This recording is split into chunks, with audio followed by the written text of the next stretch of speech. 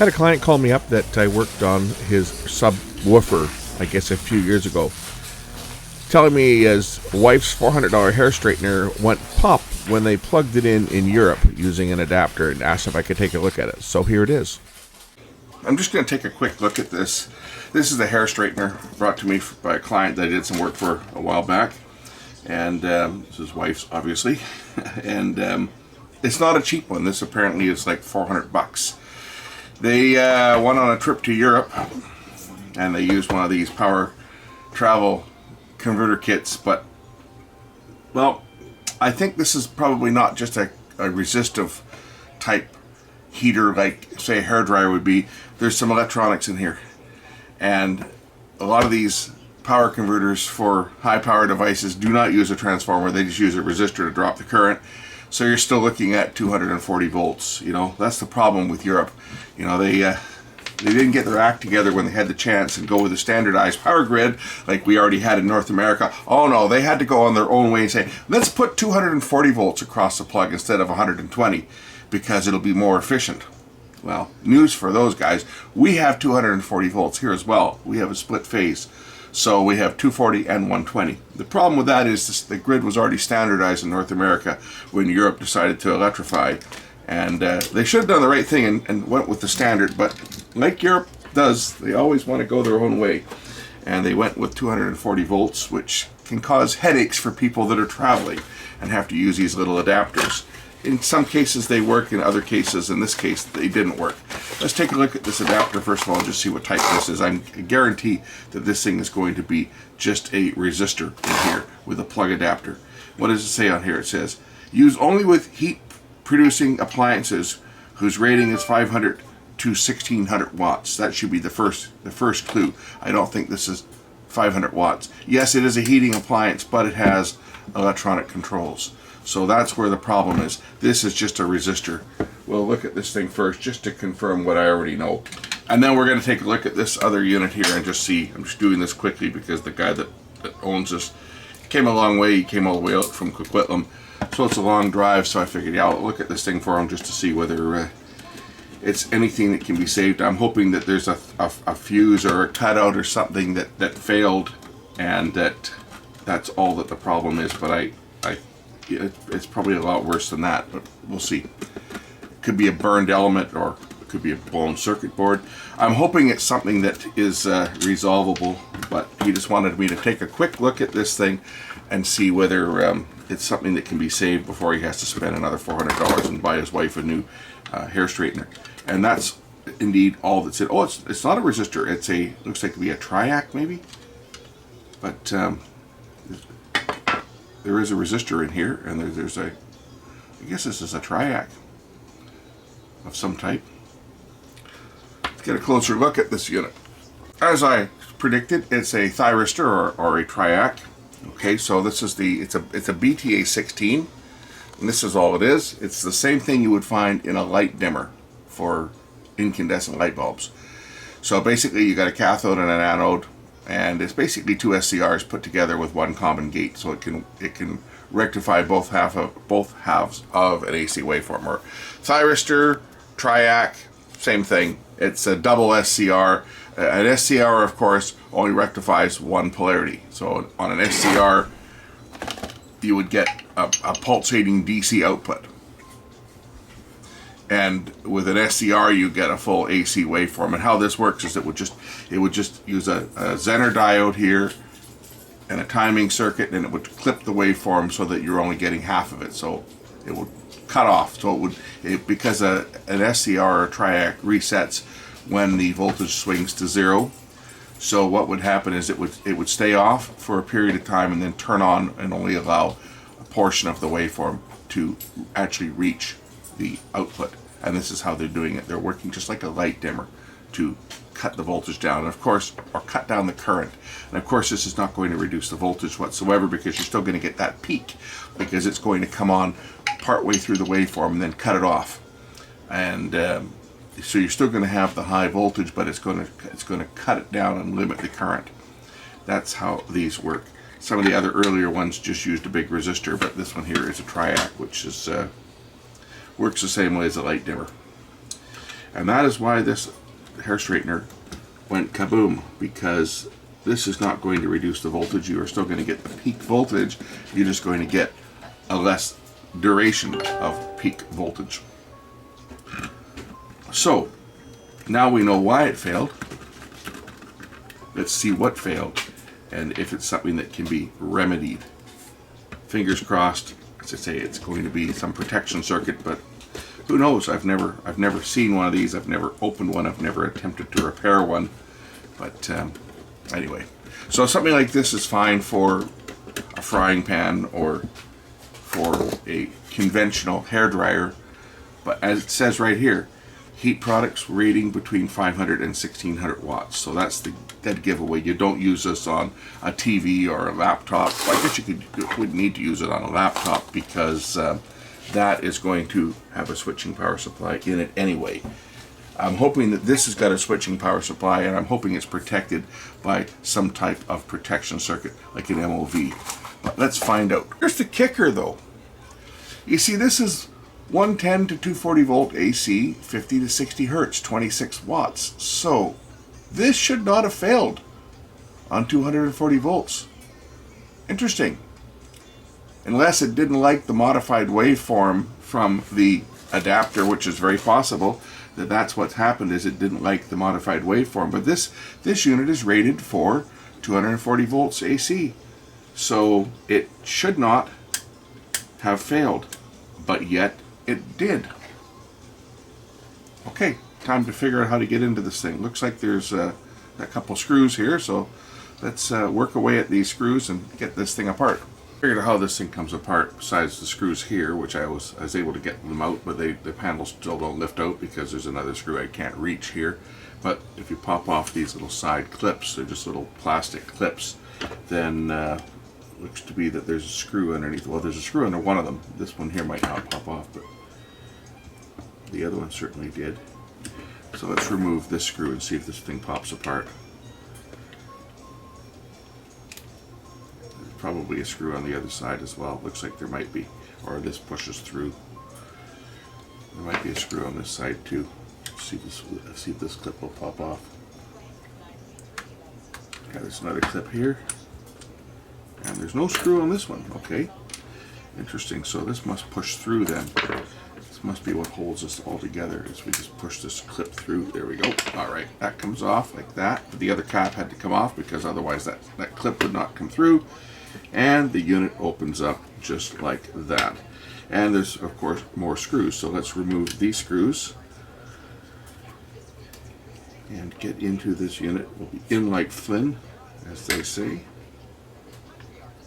That will open up like that, and oh yeah, we got stuff blown here. There's a part that's blown right off the board.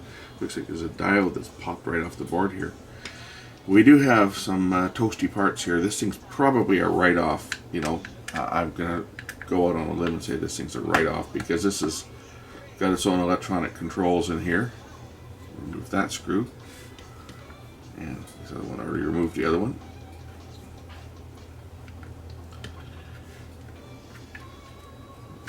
Oh, okay, well that broke. Well, that was already broken. Alright, so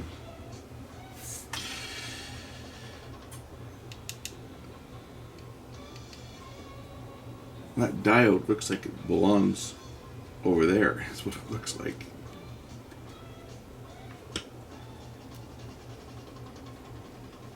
But it looks like something's arced here. We'll just check that diode out. I bet it's shorted. Okay, let's just check it out. Let's see here.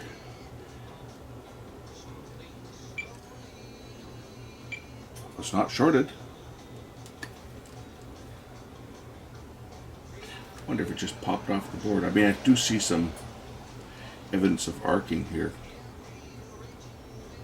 but I don't see shorted parts. Huh. Let's just try resoldering that back where it came from. I mean, because operating this on 240 volts should not have blown it up. It's rated at 240, so. But that diode is definitely belongs soldered down to here.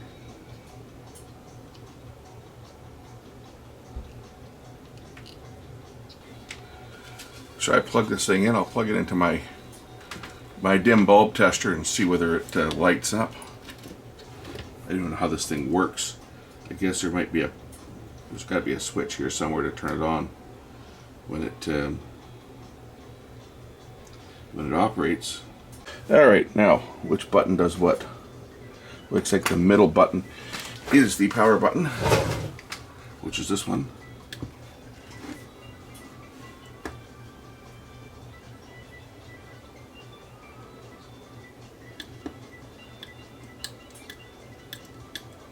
Nothing's happening. Let's just check our power getting in.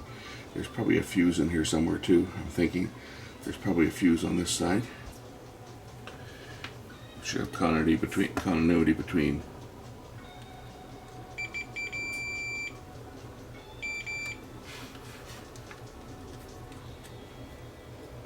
Where's the AC cord go? Oh, it actually goes over here. AC goes into one side here. Where's the other one go?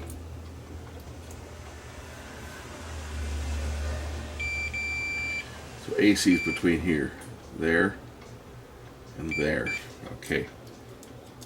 Just didn't look like that. There's one there and one there. Where do these go? This one goes up to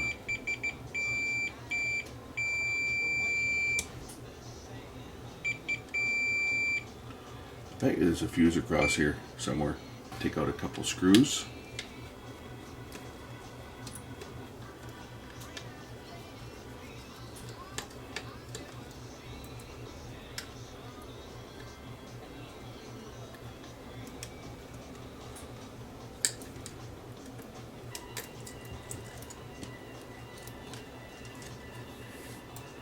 Ah, there is a fuse. It's right here. Well, let's just see if that fuse is popped. Maybe that's all that's wrong with it. Wouldn't that be something if it was just a popped fuse? The guy would be so happy if it's a blown fuse. Because that's what we're hoping for. We're hoping it's just going to be something like a fuse that is blown. And it's not a blown fuse. Damn. Hoping it was going to be something simple. It uses a capacitor dropper. There is an MOV across here as well.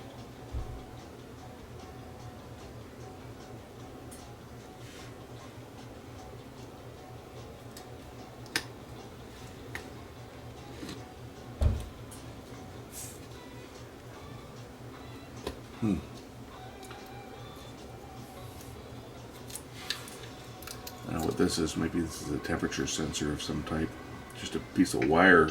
I guess that's a probe. Maybe a temperature sensor here. Alright. Capacitor is rated at 275 volts, so you wouldn't think that that would be the problem. Shut up, cat.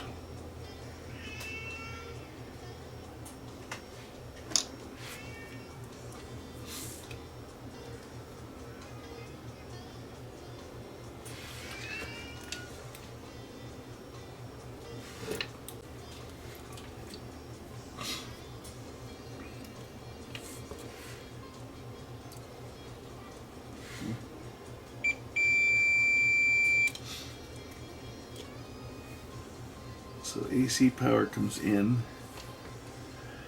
Looks like AC comes up to here.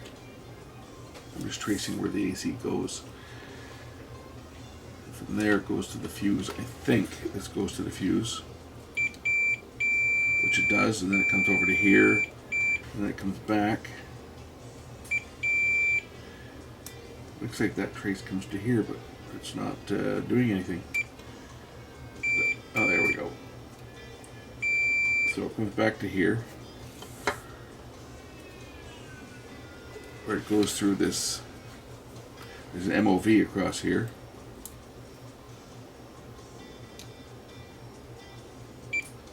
Where else does it go? It comes back to this one, to this capacitor, which is the dropper.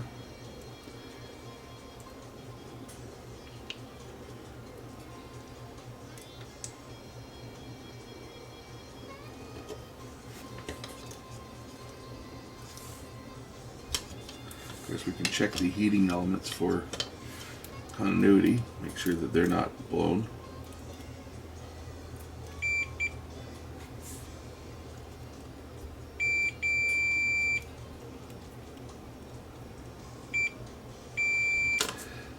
not blown. That one's at least not.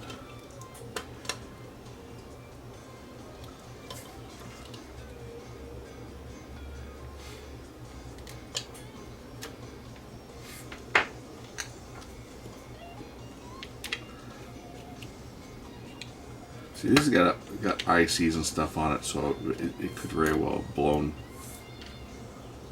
components on the board here. Oh yeah, look at this. It's a capacitor. It's all blown to crap. This resistor looks to be toasted too. Well, there's a cap that's blown. Well, that's easy enough to change that. What size is it? It was a 10 volt, 220 microfarad. Oh, there's a display on here as well. And this resistor, I bet, is toasty. That's where our fault is. And this is right where that diode had come undone, and that cap is right here on that board. So let's just pop this cap out.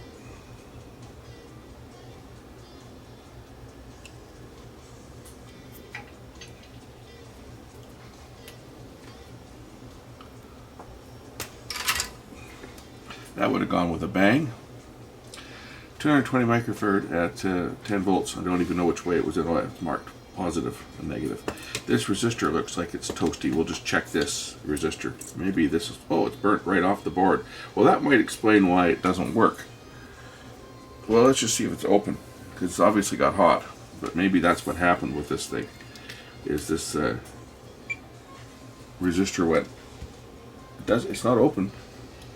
What is it measuring? It is measuring 100 ohms, and it looks to be brown is what it looks like. It's hard to tell from the color, but it's a 100 ohm resistor, and it looks like that's what value it is. So let's just reattach that resistor that's slightly warm because it's not open.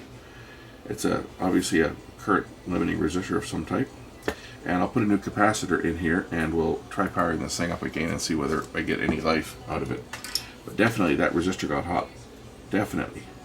It was right here on the board.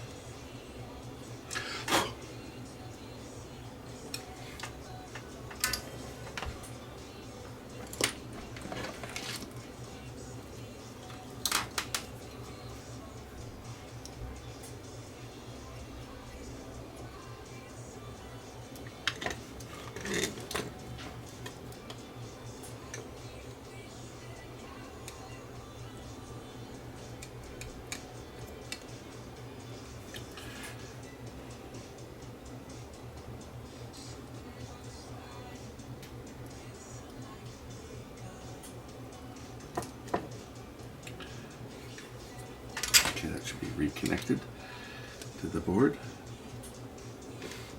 I'll heat it up on this side just so I can push it all the way through. Here we go. That one is now reconnected. Here I have a 220 microfarad 10 volt. I'm going to pop this into the board here, and fingers crossed that's all that's wrong with this one, because it's not worth, well, I mean, this is a $400 curling iron, but I mean, it's not worth spending a lot of money to fix it. I think if the guy was to spend 50 bucks on it, he'd be happy, but more than that, it's not worth fixing. And that's where we're at. If we can change out the one little part here and get the thing to work, then good going. Otherwise, back to the shopping channel to buy another $400. Just joking about the shopping channel. I don't think they sell $400 curling irons, but back to the boutique shop, I guess, or wherever this came from.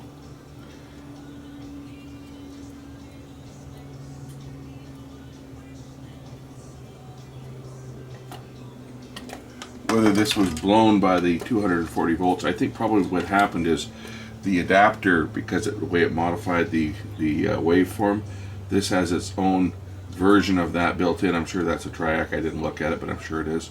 I'm sure this has its own version of the same type of circuitry in it, and with the non-sine wave coming into it, it probably did something and blew it up.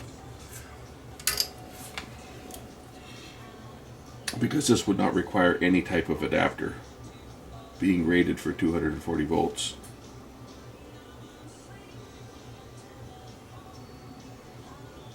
Alright, new part in. We'll just plug this thing in and see whether it turns on. Clip the excess lead off here.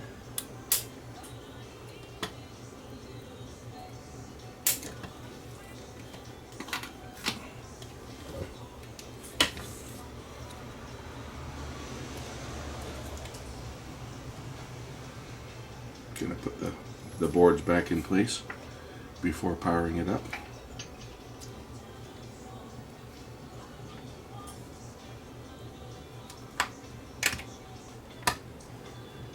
Alright, time to power up. Okay, I've got it plugged into the dim bulb tester. Oh, the light came on when I did that. What's going on here? Is anything going to light up on this? Let's see here. Well, it's got green lights flashing in our 450 on here.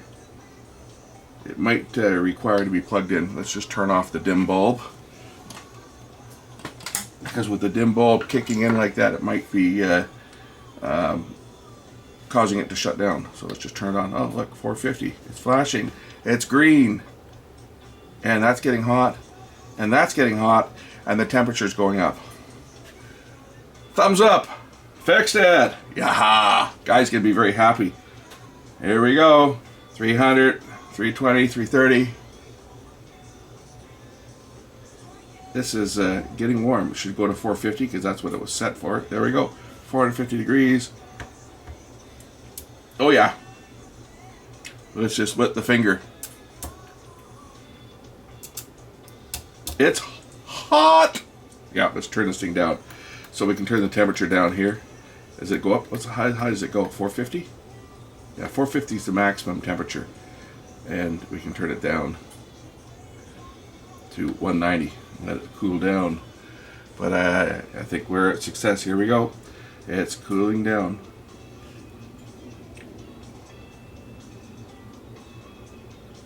I don't know what the purpose of this little wire is. I guess maybe this might be an infrared sensor. That might be what that's doing, is it's reading the temperature.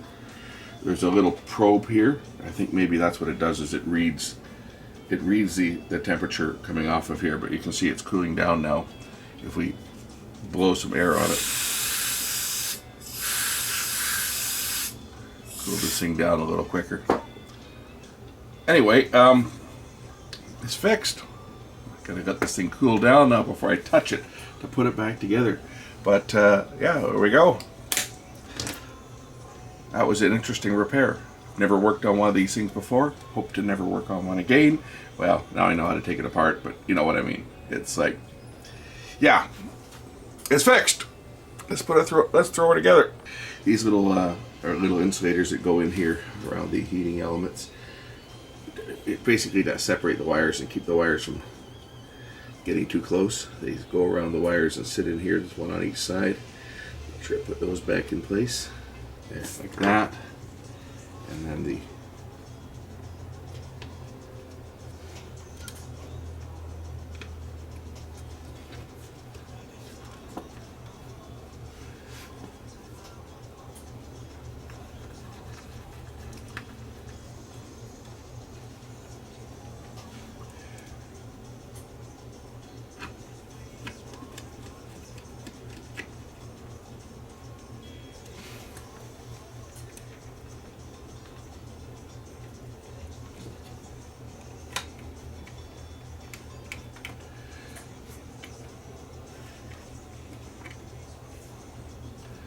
this one here is cracked, but when it goes together, you'll never see it. The problem with plastic is especially this type of plastic, is so brittle. You just have to look at it and it'll crack. But I don't think you'll even notice it once it's put back together. It'll be completely invisible, and it's hidden in the hinge anyway, so.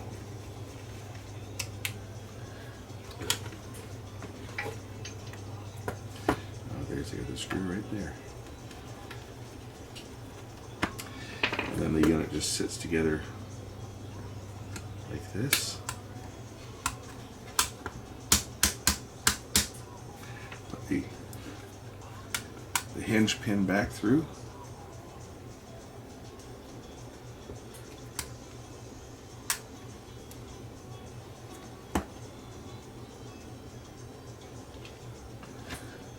It only goes in one way as well. It's this way. Goes through from this side because it is keyed.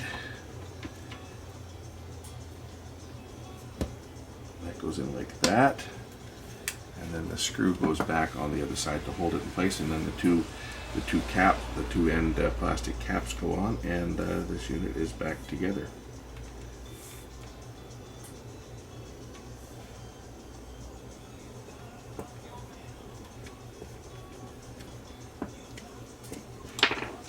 And then these two pieces here that go on like this.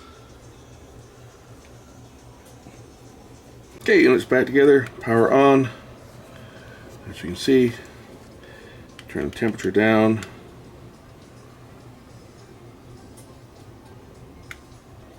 Turn down to 190. And it even got hotter than that before I could turn it down. But it is indeed very hot. It's at 190. Turn the temperature up.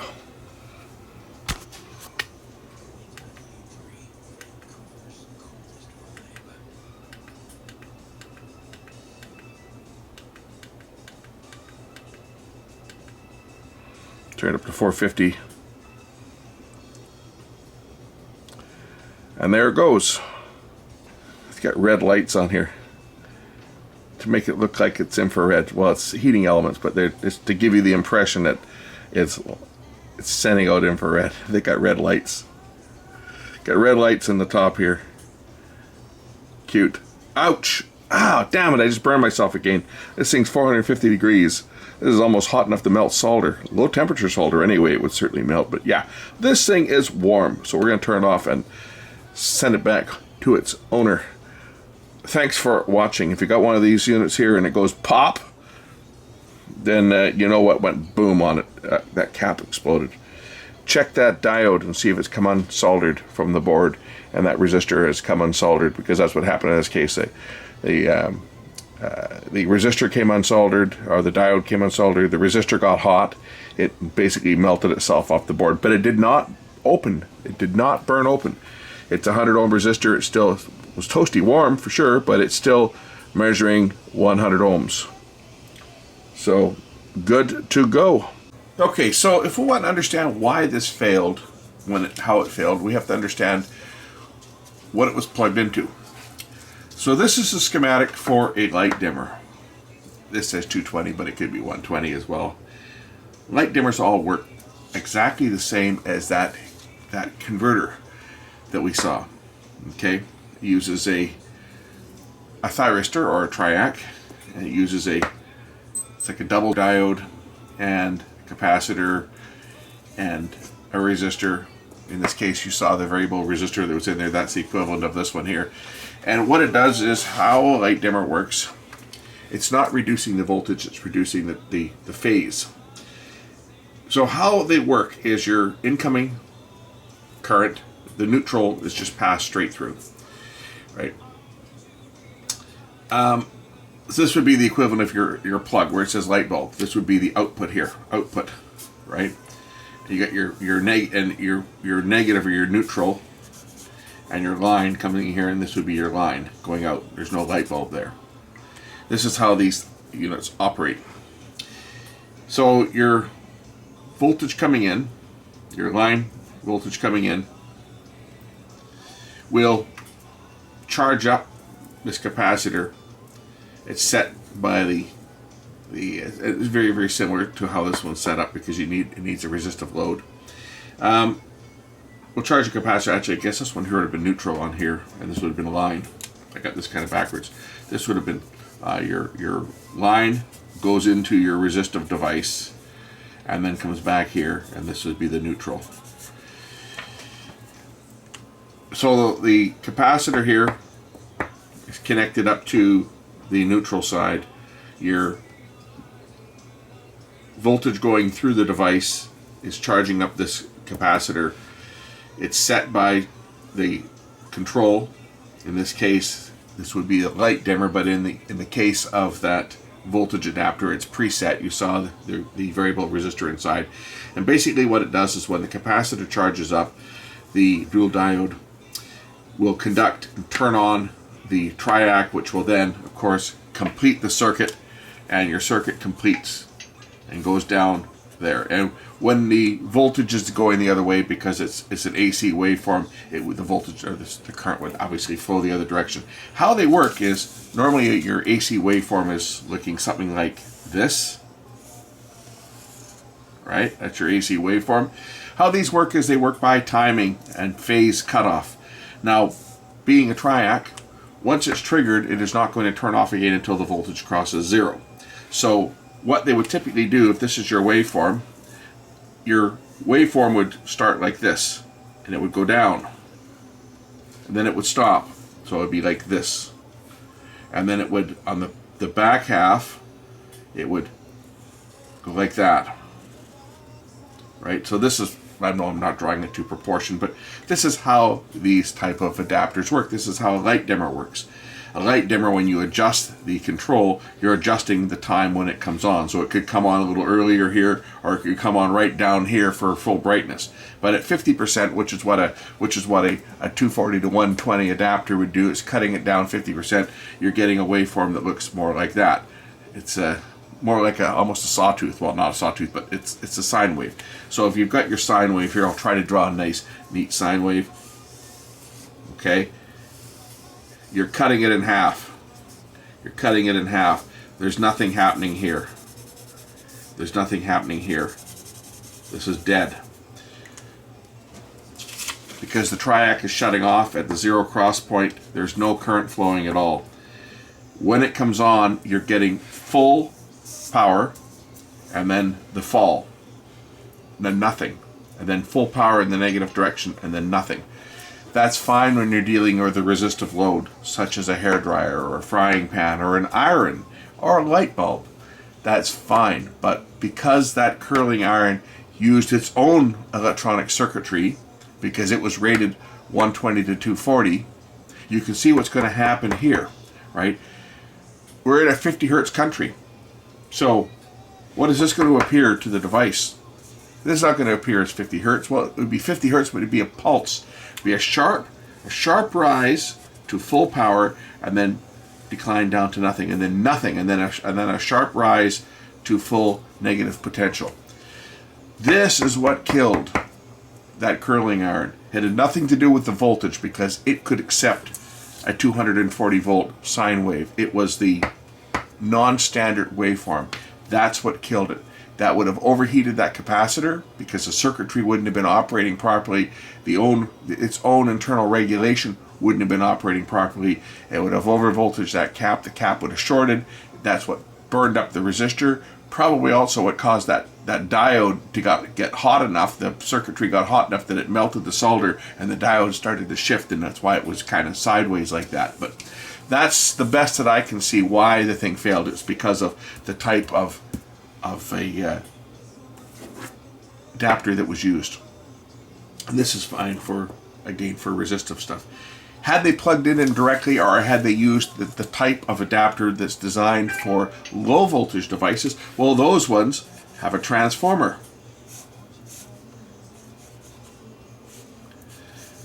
$240 in, $120 out.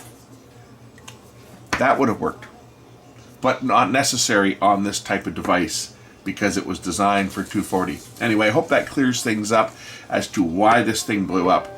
And the guy that owns it said his wife will be very grateful. Paid me to fix it. I made $50 on it. That's more than I make on fixing a lot of crap. So I'm happy, he's happy, and I'm sure you're happy now that you know why it failed. Thanks for watching. We'll catch you in the next one. Bye.